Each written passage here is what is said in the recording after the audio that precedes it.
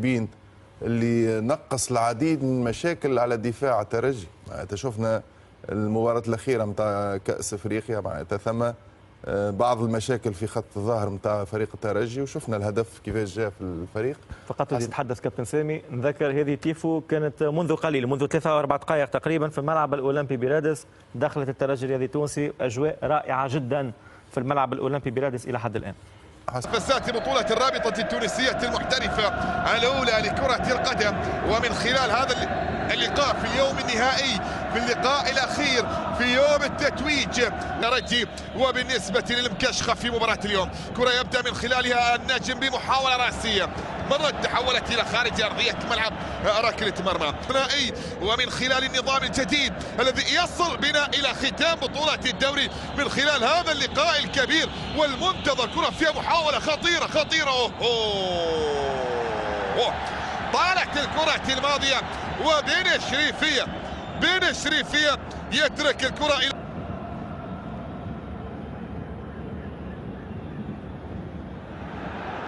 تهيأت كرة في منطقة الجزاء، تسديد.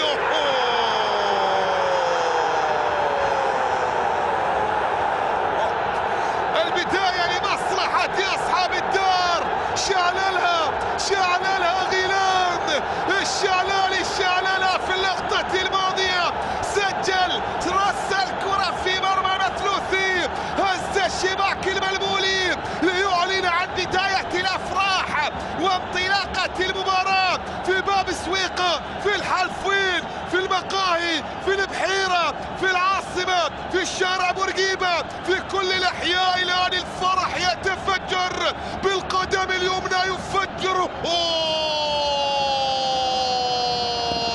قنبلة بوم ياتي وبأقدامه اليمنى شعلالي فتيل المباراة ينطلق صافرة، يأتي من خلالها إعلان التقدم وهدف المباراة الأول لمصلحة الترجي هنا في هذا اللقاء.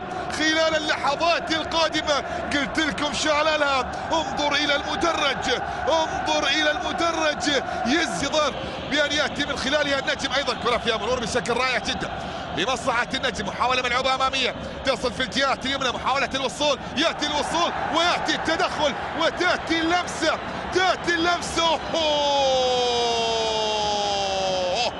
ركلة جزاء ولا لا؟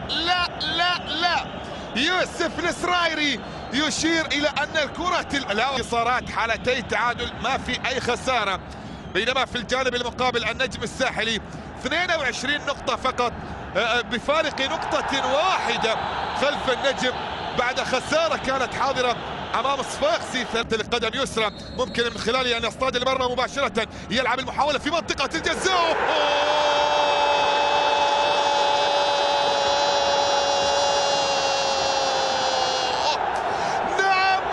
يصطادهم من جديد بعد اقدام الشعلالي، راسية المشاني تاتي الان. هدف ثاني، العب يا ترجي ان شاء الله. زينة الزين يا ترجي، الزين يا ترجي. كحل العين يا مكشخ، كحل العين يا مكشخ. هدف ثاني، الارتقاء، الراسية، هز الشبكة، هز فيها. بعدها مشاهدينا متابعينا في كل مكان، شوط المباراة الأول ينتهي بتقديم الرجل الذي أدار شوط المباراة الأول كما أشاد الكل حقيقة بطريقة جيدة. جاوز عقبة الترجي الجرجيسي في الدور ربع النهائي من منافسات بطولة كأس تونس، ووصل لمواجهة اتحاد بن قردان يوم 28 من هذا الشهر، بعد 10 أيام تقريبا. كرة فيها محاولة، فرصة للهدف الثالث. خلاص تختتم المباراة وبالشمع الأحمر يبصم بالعشرة المؤثرة أو طه ياسين حسم الأمور، أنهى المواجهة، خلاص أنهى اللقاء، أعلن عن الترجي. شوف الكرة الماضية، هي لمسة وصلت إلى طه.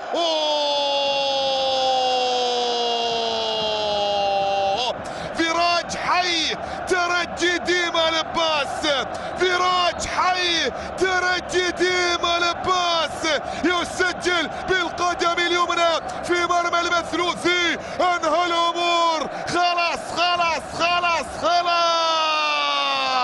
في هذا الموسم سجل من خلالها 8 أهداف، هذا هو هدفها التاسع الآن، هذا هو هدفها التاسع. لا يوجد فريق في بطولة الدوري سجل أهدافا أكثر من الترجي في فترة زمنية واحدة موزعة على الربع ساعة، وهي الربع ساعة حوالي 5 أيام من الآن. الترجي سيلعب ضد سان جورج الأثيوبي، كرة عموما في محاولة لمصلحة الترجي، تسديدة خطيرة جدا لكن إلى خارج أرضية الملعب، إلى خارج أرضية الملعب. فرصة للترجي من أجل تسجيل نتيجة تاريخية في لقاءات الفريقين. حالة ذهنية بدنية فنية صعبة جدا للنجم في مباراة اليوم.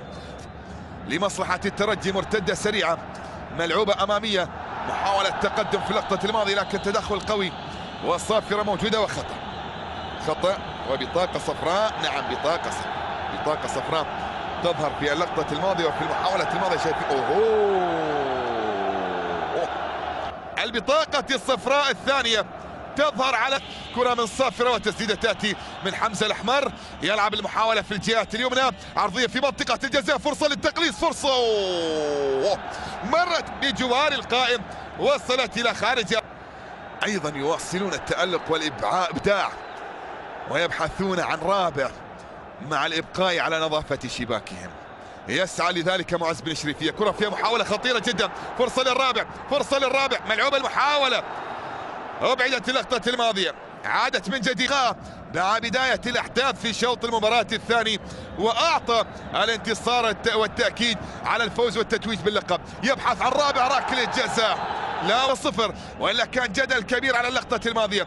هذه المحاولة هذه الكرة الماضية، هذه الصور الجميلة عبر الوطنية الأولى على هذا المجهود المبذول طيلة هذا الموسم من مصلحة الرياضة بالقناة الوطنية الأولى والثانية. ومبروك للترجي الرياضي التونسي لقب البطولة 27 منذ تأسيس